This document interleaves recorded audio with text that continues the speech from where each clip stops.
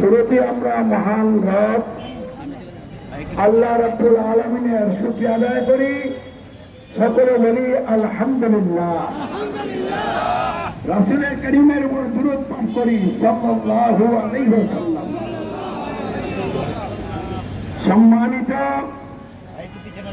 বিভিন্ন শ্রেণী পেশায় নিয়োজিত সচেতন ভাই ও বন্ধুগণ, প্রিয় সাংবাদিক বন্ধুগণ, প্রশাসনের সাথে সম্পৃক্ত বিভিন্ন পর্যায়ের দায়িত্বশীল কর্মকর্তাবৃন্দ এবং উপস্থিত অনুপস্থিত দেশবাসী, বিশ্ববাসী, ভাই ও বোনেরা, আপনাদের সকলের দৃষ্টি আকর্ষণ করছি, মনোযোগ আকর্ষণ করছি, সামনে ভয়াবহ বিপদ ধেয়ে আসছে।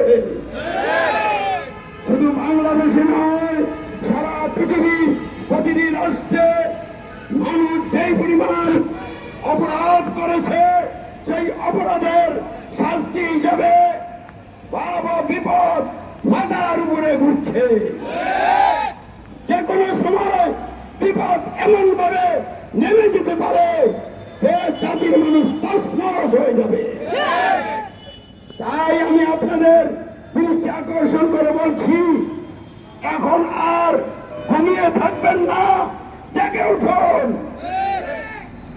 মানুষের সার্বভৌমত্ব আইন বিধান কর্তৃত্বের বিরুদ্ধে স্পষ্ট বিদ্রোহ করুন এবং মানুষের সার্বভৌমত্বের অধীনে মানুষের খেয়াল খুশি মোতাবেক রচিত যত সংবিধান আছে, এইসব সংবিধানের বিরুদ্ধে বিদ্রোহ করুন এবং এইসব সংবিধানের আনুগত্য অস্বীকার করুন।